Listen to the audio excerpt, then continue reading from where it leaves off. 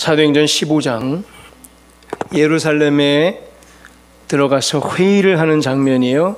우리로 얘기하면 재직회, 공동회의쯤 되겠죠. 다 성도들이 모여서 회의를 합니다. 자, 회의의 내용과 안건은 바로 앞에 있었던 바울과 바나바의 선교 보고에 따른 그들의 증언이 옳은지 마른지 이것에 대해서 모여서들 회의를 합니다. 바울은 앞서 1차 선교 여행을 마쳤죠. 13장, 14장 동안 1차 선교 여행을 마쳤습니다. 그리고 다시 처음 파송받았던 안디옥 교회로 돌아와 선교 보고를 합니다. 선교 보고를 요약하면 바로 위에 있는 14장의 27절 이렇게 28절 그러겠죠. 뭐예요? 그들이 바울과 바나바가 이르러 교회를 모아서 하나님이 지금까지 13장 14장 소아시아 지역의 1차 전도 여행 가운데 행하신 모든 일과 특별히 이방인들에게 믿음의 문을 활짝 여신 것을 보고했다. 선교 보고를 하는 장면이죠. 이 선교 보고는 그저 단순한 선교 보고가 아니라고 올해 일전에 많이 좀 묵상을 해봤습니다. 이것은 뭐였어요? 사실 신학이라고 그랬죠. 그리고 교리라고 그랬죠. 실제로 전도 여행 가운데에 1차 전도 여행 13장 14장을 거치면서 바울은 신학을 정립하게 되고 위대한 신학이죠. 교리를 세우게 돼요. 후에 편지들을 통해서 바울 서신들을 통해서 신학을 완성하고, 그래서 이 바울의 신학은 초대교회의 교리가 됩니다. 교리, 덕트린이죠.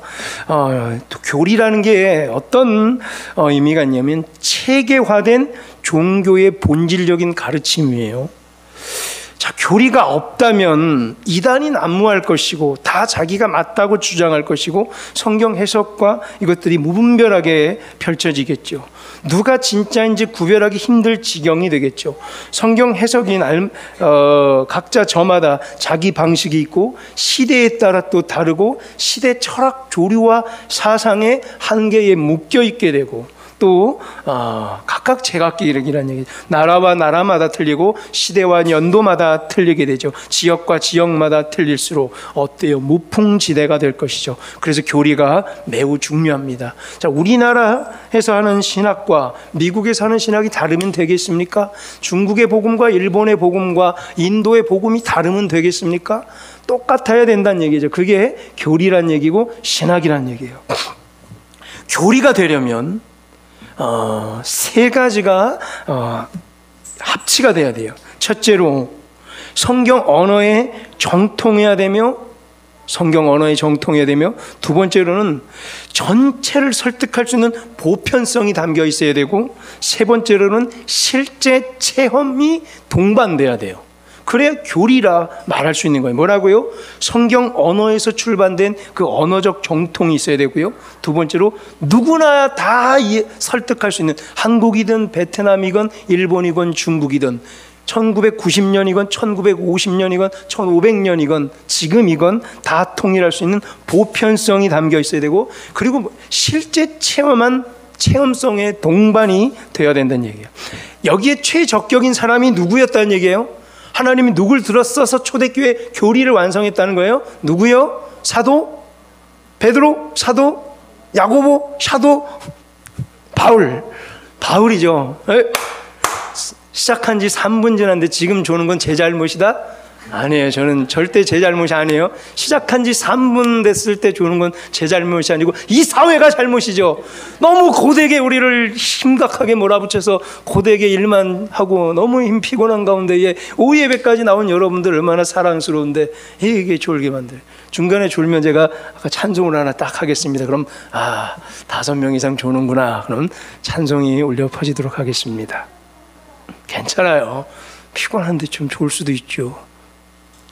자, 세 가지는 중요하다 그랬어요. 성경 언어에 정통해야 되고 보편적으로 다뤄져야 되고 실제 체험이 있어야 교리라고 설명할 수 있는 거예요. 바울이 최적격 사람이었죠. 왜죠? 바울은 어때요? 이미 구약 성경 언어의 히브리어에 정통한 사람이죠. 율법의 최고 정통파가 바울이에요. 그렇죠? 그 다음에 헬라의 모든 지식과 헬라어와 로마 라틴어까지 완벽하게 습득한 사람이에요. 당할 자가 없는 사람이 이 사람은.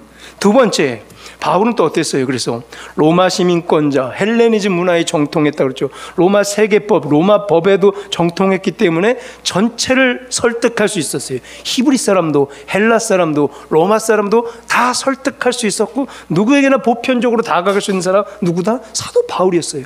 보편적으로 주장하기에 조금 도 부족함 없는 사람. 마지막으로 그는 어쨌어요? 실제로 오늘 1차 전도 여행을 했지만 앞으로 2차, 이후에 3차 전도 여행까지 해서 3차례 전도 선교 여행을 직접 몸으로 체험해서 복음을 체화한 사람이죠. 그래서 그가 쓴 편지야말로 교리, 독트린이 될 수 있었고 또 신학이 될 수 있었다. 자, 바울의 신학의 내용은 모두 다 실제 선교 여행에서 깊은 관련을 맺고 있죠. 바울의 신학과 바울의 교리는 그래서 뭐예요? 살아있어요. 실제예요. 본인이 다 체험해 봤어요. 선교하는 동안 그가 다닌 곳곳마다, 자, 그가 전파한 거룩한 복음이 각 지역마다, 각 상황마다 어떠한 형태로 역사를 이루어갔는가를 묻고 그는 대답했던 거예요. 다녔던 곳곳마다 직접 벌어지는 상황 속에서, 역사 속에서, 형태 속에서. 어땠어요? 1차 전도에 쭉 따라가 봤더니 실루기아, 살라미, 바보, 버가, 비시디오, 안디오, 이고니온, 루스러라, 더베, 대충 쭉 기억이 나죠 뭐. 자, 이런 곳을 쭉 다니면서 어땠어요? 복음을 전하고 또 교회를 세운 장면 속에서 하나님께서는 여기서 뭘 만들어갔다? 전 세계에 보편적으로 내놓을 만한 신학과 교리를 바울을 통해서 세워나갔대요. 그 신학과 교리가 지금 어디까지 온 거예요? 우리 대한민국까지 온 거예요. 그래서 우리 목회자들이 신학교에서 그런 교리와 정통성을, 신학과 독트린, 교리를 배우게 되는 거예요. 이단에 넘어가지 않도록 말이죠. 전 세계에 보편적으로 퍼질 수 있는 바울의 신학과 교리는 진짜였어요. 진솔했어요. 실제였어요. 체험했어요. 생생했어요. 자, 왜 그렇죠? 성령께서 직접 세워갔다고 보면 될 것 같아요. 바울을 빌렸어요. 성령님 바울을 잠시 빌려서 성령께서 직접 세워갔기 때문에, 하나님께서 모든 순간 동행하셨기 때문에 1차 선교여행 도시를 두루 다니며 누구누구를 만났어요. 유대 사람, 회당도 많이 있었죠. 헬라 사람, 로마 사람, 갈라디아 사람, 소아시아 등등 저 사람들을 만나서 복음을 전파하고 퍼뜨렸죠. 자, 근데요, 어디를 가든지 어떤 배경과 기질의 사람이든지 어떤 민족이든지 어떤 전통과 어떤 색채를 가졌든지 복음은 그거를 초월해서 거기에 그 사람들에게 나타났죠. 지역을 초월했다는 거예요. 나이를 초월했고 지역을 초월했어요. 경상도든 전라도든, 나이가 많든 나이가 적든, 공부를 많이 했던 공부를 못했던, 모든 남자든 여자든 어린아이든 상관없이 이 복음은 누구에게나 보편적으로 전해질 수 있었다. 그게 놀라운 사건이었다는 얘기예요. 그러니까 모든 주변 상황을 초월해서 그들을 뚫고 들어가야 교리가 될 수 있고 실제 복음의 능력의 실증이 될 수 있어요. 바울은 그걸 체험했어요. 아, 다 통하는구나. 누구에게는 다 보편적으로 통하는구나. 이게 복음 진리구나. 그걸 직접 깨달아서 안 외칠 수가 없고 편지를 안 쓸 수가 없는 거예요. 그 복음이 여기까지 흘러왔고 바울의 신학과 교리는 확신했고 생생했고 살아있었다. 자, 오늘은 바울이 파송했던 안디옥 교회로, 수리아 안디옥으로 돌아와서 간증 집회와 선교 보고를 했는데 15장 1절에서 이런 문제가 발생해요. 15장 1절 보니까 바나바와 바울의 선교 보고 소식을 들은 중에 어떤 유대인들 중에 예루살렘으로부터 왔어요. 바울이란 사람이 돌아와서 선교 보고를 한다 그래서 와서 그것을 들어보면서 15장 1절에, 자, 왜 왔는가 가만히 봤더니 15장 1절에 왜 왔어요 이 사람? 저 멀리 예루살렘으로부터 좀 높은 사람들 왜 와서 오늘 여기 선교 보고를 듣고 있죠? 바울과 바나바 선교 보고를 듣고 반박하기 위해서 왔어요 이 사람들. 특이해요. 자, 그럼 여기 지금 보통 문제가 아닌 거예요. 바울은 직접 13장 14장 약 3년 반 동안 거쳐서 선교 복음을 들고 실제 이방인들을 만나가며 하나님의 복음이 이방인들에게 어떻게 전해지며 정말 이방인들에게 성령 세례가 어떻게 임해진지를 발견했고 확인했고 교회를 세워갔고 어떻게 복음으로 사람들이 뒤집어지는지를 직접 체험한 사람이에요. 그리고 선교 보고를 했는데 저 예루살렘에서 있던 아직까지 여전히 전통에 머물렀던 사람들이 올라와서 바울에게 이렇게 말을 하는 거예요. 바울은 앞서 14장 27절에 하나님께서 이방인들에게 믿음의 문을 어떻게 여신 것을 생생히 체험을 통해서 증언한 거죠. 심지어 이것이 이후에 교리로 신학으로 다 정립이 됐다고 그랬어요. 우린 결론이 알아요. 바울이 맞아요. 바울의 신학이 맞았고 그 신학 지금까지 부여잡고 있고 바울의 신학으로 말미암아 칼빈과 루터와 스빙글리가 종교 개혁까지 시작했어요. 그 개혁주의 노선을 우리가 지금 따르고 있는 거예요. 그럼 그들이 맞았어요. 바울의 신학이 틀린 게 아니고 바울의 교리를 지금도 우리가 배우고 있어요. 그리고 그 교리로 수많은 이단들과 변증을 하면서 아팔로제틱 우리를 변호하고 있는 거예요. 그런데 15장 1절에 보세요. 이 유대인들이 뭐라고 그러냐면 그러면 안 됩니다. 하나님께서 이방인들에게 믿음의 문을 열면 안 됩니다라는 얘기죠. 이방인들이 회개하고 믿음으로 말미암아 구원받아서는 안 됩니다. 갑자기 이러고 있는 거예요. 선교 보고 하고 있는데 너무 수고 많았어요. 바울 반하다 너무 애썼어요. 정말 수고 많았어요. 우리가 와서 식사라도 한번 대접해 줄게요. 거기서 있었던 일을 생생하게 들려주셔서 우리도 좀 변화받고 도전받고 우리의 신앙도 성장하게 우리와 함께 좀 가르쳐 주시고 도와주세요. 존경합니다. 기도하겠습니다. 이게 아니라 뭐래요? 그러면 안 된대요. 그러면 안 된대요. 뭐래요? 오늘 15장 1절에 이방인들이 회개하고 믿음으로 말미암아 구원받아서는 안 된다. 아니 지금까지 예수님 뭘 하셨어요?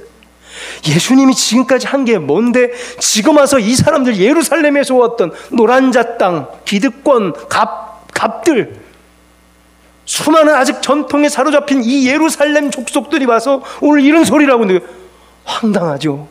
예수님께서 지금까지 뭐 했어요? 누구든지 회개할 수 있고 십자가에 달린 예수 그리스도를 믿음으로 구세주로 영접하면 구원을 얻게 하기 위해서 예수님께서 직접 오셨고 십자가에 달리셨고 부활하셨고 승천하셨는데 베드로가 고넬료 사건을 통해서 이방인들에게도 아무 차별이 없이 구원의 문이 열리는 것을 베드로가 직접 체험했는데 바울과 바나바도 1차 세계 선교 여행을 통해서 소아시아 전역에 있는 이방인들에게 직접 복음을 전했고 복음의 문이 열리고 그들에게 성령 세례가 임하는 것을 눈으로 체험했던 바울인데 이것을 신학으로 교리로까지 앞으로 발전시키고 있은 중인데 오늘 15장 1절에서는 대단한 사람들이 나타나서 이 유대인들이 나타나는 뭐예요? 역사의 시계를 거꾸로 돌리고 있는 거예요. 왜요? 이 사람들은 뭐예요? 내 전통이랑 틀리네? 우리는 지금까지 안 그랬는데 이거예요. 능히 구원받지 못하리라 그래요. 15장 1절에 능히 구원받지 못하리라. 뭐라가? 지금까지 예수님께서 했던 방식으로 베드로가 체험했던 방식으로 바울과 바나바가 성령 세례를 체험했던 방식으로 구원받지 못하리래. 그럼 갑자기 우리 쇼킹해져요. 그럼 뭐로 구원받아요? 뭐로 구원받아요? 그럼 능히 구원받지 못하리라. 즉 뭐래요? 자기들이 지금까지 전통으로 붙잡아왔던 것이 아니면 안 된대요. 아무리 말씀 한 앱이라도 아무리 베드로 바울이 가서 직접 체험했어도 지금까지 우리가 안 했으면 안 된대요. 모세의 법, 즉 율법을 따라 뭐래? 이 사람들이 할례 받지 아니하면 구원을 받지 못한다고 합니다. 할례 받지 않으면 구원받지 못한다. 자, 제가 거꾸로 여러분들 질문 드립니다. 잘 대답하세요. 여기서 잘못 대답했던 바로 이단돼서 여기서 쫓겨납니다. 할례 받지 않으면 구원을 받지 못한다. 참이에요, 거짓이에요? 봤어요. 벌써 우리도 갈려요. 헷갈리죠? 할례 받지 않으면 구원받지 못한다. 할례 받지 않으면 구원받지 못해. 자, 오늘 바꾸면 할례 뭐예요? 세례라고 합시다. 세례. 성령 세례 말고 우리 주는 이 물 세례를 말하는 거예요. 추수감사절, 부활절 전후로 해서 세례식을 하죠. 이 세례를 받지 못하는 구원받지 못한다. 맞아요? 근데 이게 맞대요. 이때는 이런 적이 있었어요. 제 미국에서 섬길 때 어떤 교회의 장로님이 교인 다 좋고 사람 좋고 다 좋아요. 사람 좋고 다 좋아요. 잘 섬기고. 근데 이분은 세례받지 않은 사람은 구원받은 사람으로 인정 안 하겠대요. 세례를 받아야 구원받지. 뭘로 판단할 수 있어? 이 사람이 구원받았는지 안 받았는지 어떻게 알아? 유일한 기준은 세례받는 거라고.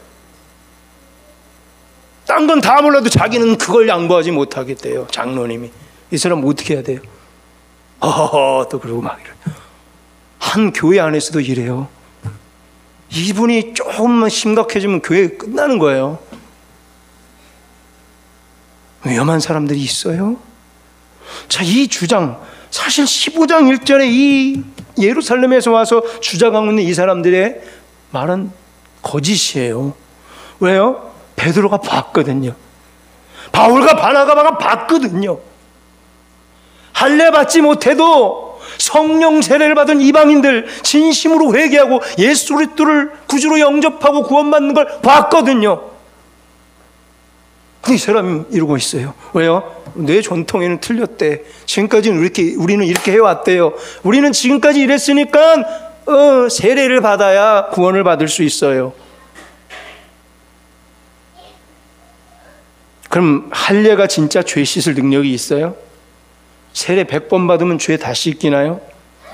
지금까지 성령 세례가 이방인에게도 임한다는 것을 수차례, 이방인들에게도 구원의 문이 열렸음을 성령께서 증언했고요, 베드로가 증언했고요, 바울과 바나바가 증언했어요. 이게 실제였고 생생했고 실제 체험하고 다녔는데 오늘 유대인들, 이 사람들 뭘 주장하고 있을까? 그저 전통을 깔고 앉아 있으면서 이건 그냥 안 된대요. 자기들이 낯선 거래요. 자기들이 안 해본 거래요. 그러니까 하면 안 된대요.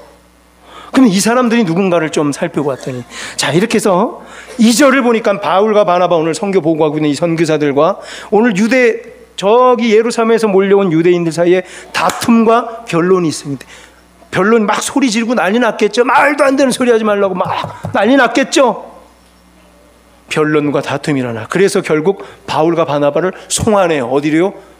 본거지 예루살렘으로 송환해요. 바울과 바나바를 불러요. 그래서 예루살렘에 있는 정통파 사도와 장로들에게 보내기로 합니다. 4절에서 바울은 다시 예루살렘에서 있는 그대로 생생한 체험을 간증을 합니다. 증언을 합니다. 자, 이 증언을 들었어요. 5절에 이 증언을 들은 예루살렘에 있는 골수파 바리새인 중에 어떤 사람들이 이런 말을 하죠. 바리새인 중에 어떤 믿는 사람들이 일어나 말합니다. 그런데 그들의 말이 가관입니다. 지금 저의 억장이 무너지는 말을 하고 있습니다. 피눈물이 나는 소리를 하고 있어요. 그들이 뭐라고 말해요? 바울과 바나바와 거기 있는 사람들이 이방인에게 할례를 행하고 모세의 율법을 지키라 명하는 것이 마땅하다. 한 번만 더 볼까요? 이방인들에게 할례를 행하고 모세의 율법을 지키라는 명하는 것이 마땅하라. 자, 이 말을 누가 했다고요?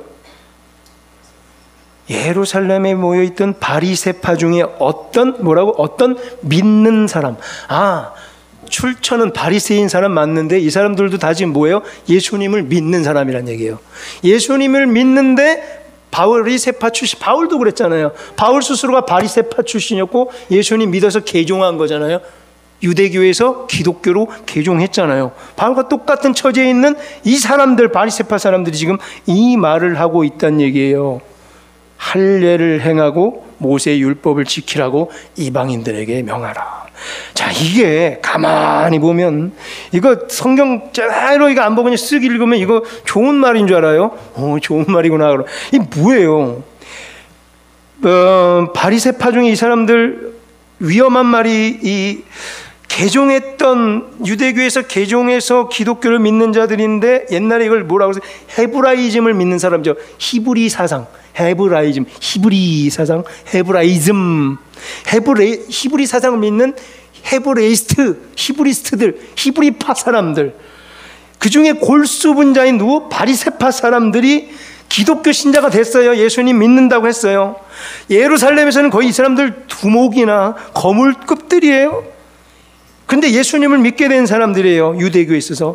문제가 여기 있는데 그들의 가르침, 예수님을 믿는 가르침이 문제였어요. 뭐가 문제라는 게, 가르침을 뭐라고 그래요? 독트린이라고 그러죠. 교리가 문제예요. 자, 그래서 교리가 중요한 거였어요.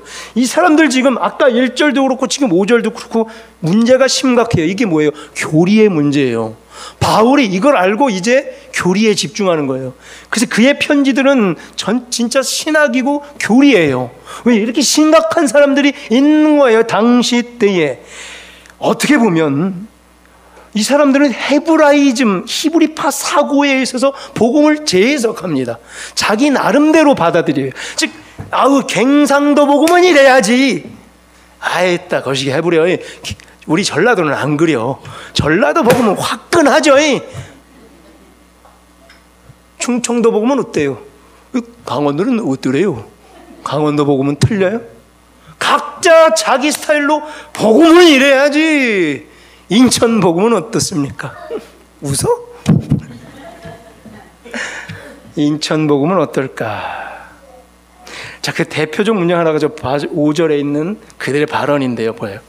이방인에게 할례를 행하고 허허허 사랑해요. 어유, 이방인들에게 할례를 행하고 허허허 모세의 율법을 지키라 허허허 명령하는 것이 마땅하다. 사람 참 좋아요. 사람은 얼핏 보면 좋은 소리 같아요.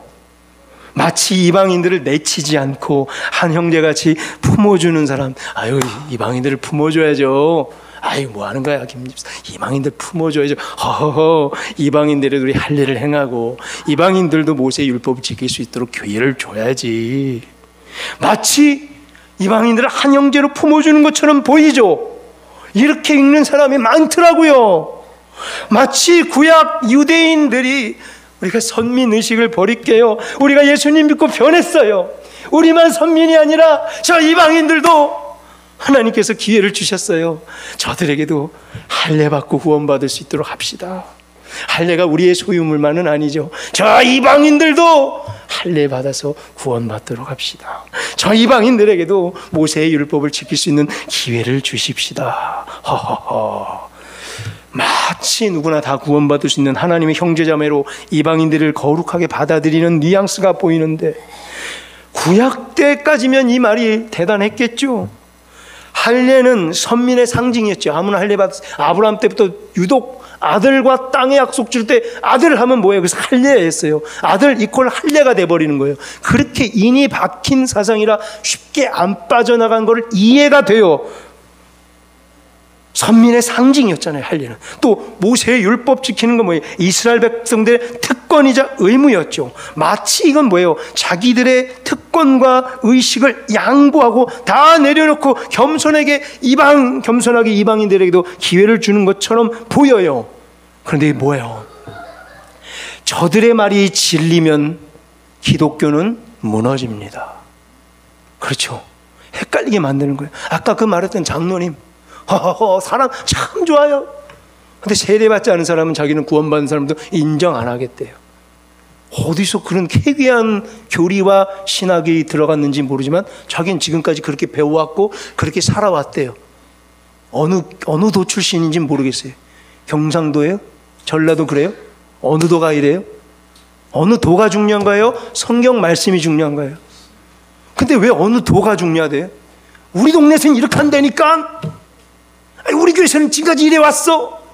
그게 앞서요? 성경이 앞서요? 한 개만 묻겠습니다. 성경이 앞서지 않을까요? 그렇죠? 지금 그게 전면 부닥치고 있는 게 지금 1절과 5절이에요. 예수님 다 믿는데요. 근데 지금 교리에서 딱 부닥치고 있어요. 만약에 이 5절이 사실이면 교회는 그냥 끝납니다. 기독교는 무너지는 거예요. 저들의 발상의 핵심, 예수님을 잘 믿고 동시에 유대교 전통이었던 할례와 율법 또한 잘 파악하고 잘 받아들이, 예수님도 우리가 잘 믿고 형제 사랑합니다. 예수님의 사랑으로 사랑합니다. 그런데 할례 받으세요. 할례 받아야 구원받습니다. 율법 잘 지켜야, 우리가 잘 지켜야 구원받습니다. 막 헷갈리죠. 근데 이게 지금 그때만일까? 2000년? 지금도 많은 교단들 중에 헷갈리게 하는 교단이 있어요. 이거 말이 그렇지, 어떻게 믿음으로만 말리면 구원받아요. 그거는 그냥 그렇다는 얘기고, 실제 행위로 이루어야 행동한 만큼 구원받는다고 가르치는 사람들 많아요. 어떡하죠?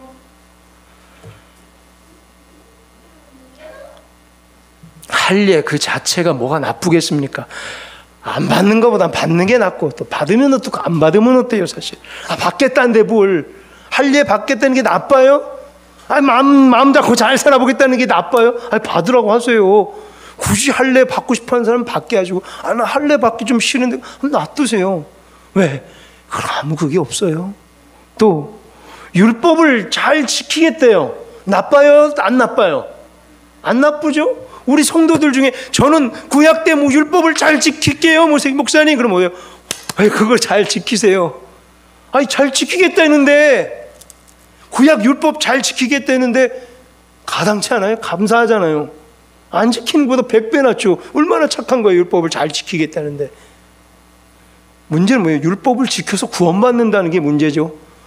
할례 받거나 안 받거나 무슨 상관이에요? 문제는 할례를 받아야만 구원받는다, 이 거짓 진리를 갖고 있으면 이게 위험하다라는 거죠. 이때 발생하는 게 교리고, 이때 발생하는 게 신학이라는 얘기예요. 제가 성경을 설교를 할 때 말씀을 해석을 해요. 해석하기 위해서 언어랑 씨름해요. 히브리어, 헬라어를 그래서 막 팔 수밖에 없어요. 영어는 기본으로 깔고 가야 돼요. 그리고 이 말씀이 정말 뭔지를 고민하고 제가 해석해낼 때 거기서 끝나면 안 돼요. 뭘 해야 돼요? 신학계에서 검토를 받아야 돼요. 그게 theology예요, theology. 지금까지 이 본문을 설교했던 사람들의 여러 개들을 검토해서 내 것이 너무 돌출됐거나 내 것이 틀리지 않았을까, 검증을 받아야 돼요. 그 검증이 없으면 안 된다는 거예요. 오늘 그런데 이 바리새파 기독교인들을 1절에서 이미 뭐래요? 모세의 법대로 할례를 받지 아니하면 능히 구원을 받지 못한다. 5절에서는 그래서 이방인들이 구원받으려면 이 말이에요. 할례를 받아야 되고 모세의 율법을 지켜야 한다, 이래요. 만약에 우리도 똑같은 거예요. 이런 일들이 이 시대에 여전히 벌어지고 있는 이 상황에서 이걸 주장하는 사람이 우리 중에 나타나면 어떡하죠? 세례를 받아야 구원받았다고 저는 인정합니다라는 사람이 우리 중에 만약에 나타나면 어떻게 돼요? 그래서 직분자를 세울 때 이런 신앙 고백을 보는 거예요. 직분자를 세울 때 말이죠, 이상한 교리를 갖고 직분을 받게 되면 교회를 무너뜨려요. 이상한 전통을 갖고 직분을 받게 되면 나중에 어떻게 돼요? 그 전통 지키느라고 교회는 무너져요. 다시요, 말씀이 우선입니까? 전통이 우선입니까? 말씀이 우선인 줄로 믿습니다. 이제 말씀을 맺습니다. 이게 실제며 진리예요. 바로 7절에서 베드로를 통해서 증언했죠. 누구 사건이에요? 이방인 고넬료를 만났죠. 이방인 고넬료를 통해서 이방인들도 복음의 말씀을 직접 들어 믿게 하셨다고. 베드로도 어땠어요? 이 정통 유대파로서, 히브리파로서 본인도 잘 이해 못했어요. 베드로도 옛날에 이 사람들이랑 비슷했어요. 그렇죠? 베드로도 예수님을 따라다녔고 믿었지만 기본 히브라이즘이 머릿속에 가득했던 사람이 베드로였어요. 그래서 고넬료를 만날 때 저 사람한테 안 된다고 말하려고 갔다가 입술에서는 뭐가 돼요? 안 좋은 음식이 없고 더러운 짐승이 어디 있고 모든 게 하나님 앞에서 깨끗하다라고 입에서 입이 튀어나오고 그러고 말아요. 그리고 고넬료와 그 사람들이 베드로가 전한 복음을 통해서 성령 세례를 받는 장면을 베드로가 직접 체험했던 장면, 즉 베드로의 증언의 장면이 7절이에요. 8절은 뭐예요? 하나님이 우리에게와 같이 그들 이방인들에도 성령을 주어 증언하셨다고 이어가며 성령께서 직접 증언하고 다신다는 얘기예요. 9절에서 그들이나 우리나 차별하지 아니하는 오직 근거, 그들이나 이방인들이나 여기 있는 우리나 유대인들이나 차별하지 아니하는 근거가 오직 뭐래요? 믿음이래. 앞에 있는 오직 믿음. 믿음 때문에 차별하지 않는다라고 말하고 있어요. 10절에서 그런데 왜 바리새파 기독교인들이라는 이 가짜들이 하나님을 이렇게 시험하고 있는가? 어찌하여 이 사람들을 괴롭히고 있는가? 자기들도 구약 시절 내내 능히 지키지 못했던 것을 지금 누구에게 지키라고 하는 거예요? 이방인에게 지키라고 굴례를, 멍에를 이방인 제자들의 목에 두려느냐? 히브리서 기자가 얘기했죠. 너희들 중에 지킨 사람 한 명이라도 있냐? 심지어 뭐래요 그 사람이? 대제사장들 중에서 지킨 사람 한 명이라도 있냐? 제사장도 못 지키는데 일반 사람들이 어떻게 지키냐? 완전한 제물을 어디서 드릴 수 있는가? 히브리서 기자는 진솔하게 고민했었죠. 이 사람들, 유대인들 본인들이 다 실패해놓고 지금 이방인들 제자들에게는 할례를 꼭 지켜라, 율법을 꼭 지켜라라고 자기들도 지켜내지 못한 것을 저들에게 지키라고. 이게 또 뭐예요? 갑질 아니야? 자기들은 한 번도 해보지 못해 다 실패했잖아요. 실패한 걸 알면서 이방인들에게는 지키래요. 그러면 받아주겠대요. 그리고 예수 그리스도의 사랑으로 사랑하겠대요. 이게 뭐예요? 자, 이 엄청난 일들이 오늘 15장 이 회의 가운데에, 예루살렘 총회 회의 가운데에 이러한 문제가 부닥쳐요. 자, 15장의 핵심은 뭐예요? 복음의 진리와, 즉 진짜 교리와 가짜 교리가 부닥치는 장면이에요. 그리고 이 현장은 여전히 오늘날 현대판의 교단별로 여전히 부닥치고 있고, 심지어 교회 내에서도 어떤 글을 자기 마음대로 해석해서 주장하면 이렇게 부닥치고 있게 되는 거예요. 이 멍에를 없애려고 예수님께서 직접 십자가에 달려 죽으신 줄로 믿습니다. 이 차별을 없애려고 예수님께서 성전의 휘장을 찢으셨는데, 이제 11절을 보면 결론의 말씀이 딱 나오죠. 그래서 확실히 이렇게 정리를 하고 있는 자가 있습니다. 예수님의 형제 야고보가 이렇게 정리를 합니다. 11절에 오직 주 예수의 은혜로 구원받는 줄을 믿노라. 자, 성경이 이걸 안 놓치죠. 이 딱 한 줄에 진짜 진리가 여기 있는 거예요. 뭐예요? 오직 주 예수 그리스도의 은혜로 말미암아 구원받는 줄 믿노라. 이게 우리의 가장 중요한 교리며 신학입니다. 이거를 헤아려 드는 그 어떤 행위와 액션과 사상은 용납돼서는 안 됩니다. 다른 건 몰라도 우리 교회에서는 이거 하나는 분명합니다. 제가 사람이 워낙 좋잖아요. 다 받아줘요. 모든 걸 다 받아줘요. 허허허. 근데 이 소리를 만약에 어긋나게 하면은 저희는 끝까지 쫓아가 그분은 퇴출시켜야 되는 거예요. 맞죠? 그러라고 저를 여기에 세운 거예요. 저거를 어긋나게 하면 그 순간 끝나는 거예요. 제가 아무리 사람이 좋아도 저게 달라지는 이상 저는 이제 우리 관계는 더 이상 끝이란 얘기예요. 왜요? 그것으로 말미암아 전체가 위험해질 수 있게. 나머지는 제가 다 포용합니다. 왜요? 사람이 워낙 좋으니까. 우리한테 가장 좋은 핵심 교리, 바로 오직 우리 주 예수 그리스도를 믿음으로 말미암아 구원받는 줄로 믿습니다. 이 고백이 우리의 진실한 체험의 고백되기를 주의 이름으로 축원합니다. 하나님 아버지,